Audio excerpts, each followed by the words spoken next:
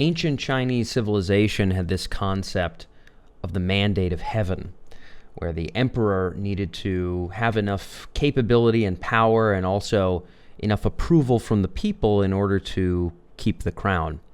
If there were enough famines or enough losses and enough battles, the people might rightly decide that the emperor has lost the mandate of heaven, at which point they can depose him, whether it be peacefully or not peacefully.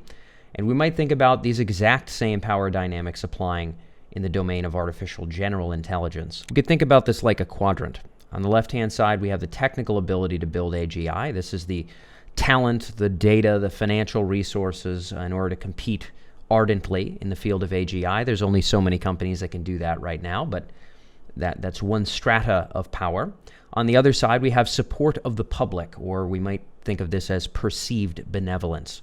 And these are the two strata that you want to optimize for. The theory here is that the company most likely to build AGI occupies the point closest to the top right of this quadrant. This is useful to observe because it's interesting to have a genuine sense of who is closest to building the artificial deity, but also because the behaviors and the incentives of players change when their position on the board changes. Here's an example plot of what the mandate of heaven might have looked like in October of 2023.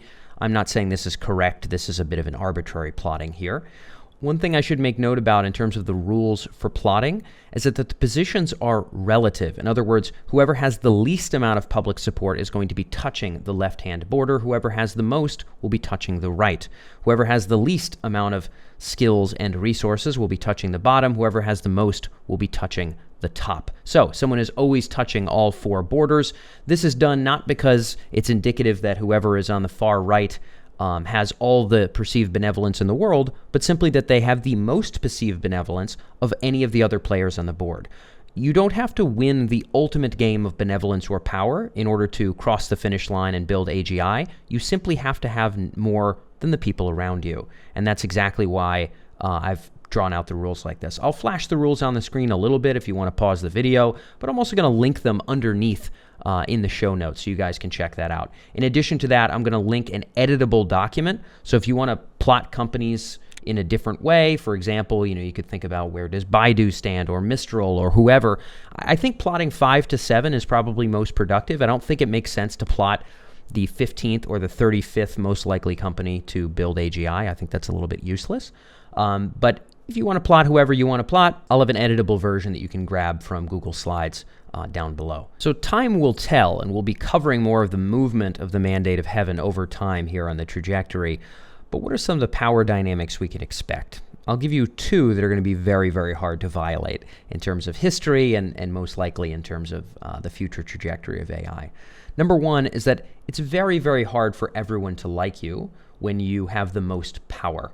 So the farther and farther you get to the top, the more challenging it is to be touching that right-hand side of the quadrant. It's easy for Robespierre to seem like a paragon of virtue when he has no power and simply can speak lovely, fruitful words about how he represents the people. But as he makes progress and has to lop off the heads of his former allies and potential rivals, it becomes harder and harder to maintain that image if he is to maintain power. A second dynamic you can expect is that new entrants will often play to moral good.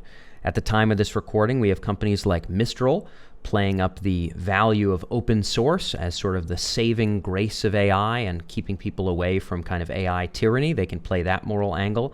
Anthropic obviously spun out of OpenAI as sort of a we really care about the people sort of an angle. And OpenAI, if any of you will remember, started off being open. Of course, that is no longer the case because it's very, very challenging to climb the heights of power and still maintain that sort of feigning of grand benevolence. I want to be very clear. I don't think there are any players on this game board that are any more morally good or morally ill than others. One of the things we do here on the trajectory is talk coldly and frankly about incentives with no moralizing whatsoever. It is not because companies are bad that they acquire power, and it's not that they're bad that they play the good guy card in order to get on the game board. Incentives are just incentives. And we'll see those dynamics play out pretty reliably here in the months ahead, I suspect.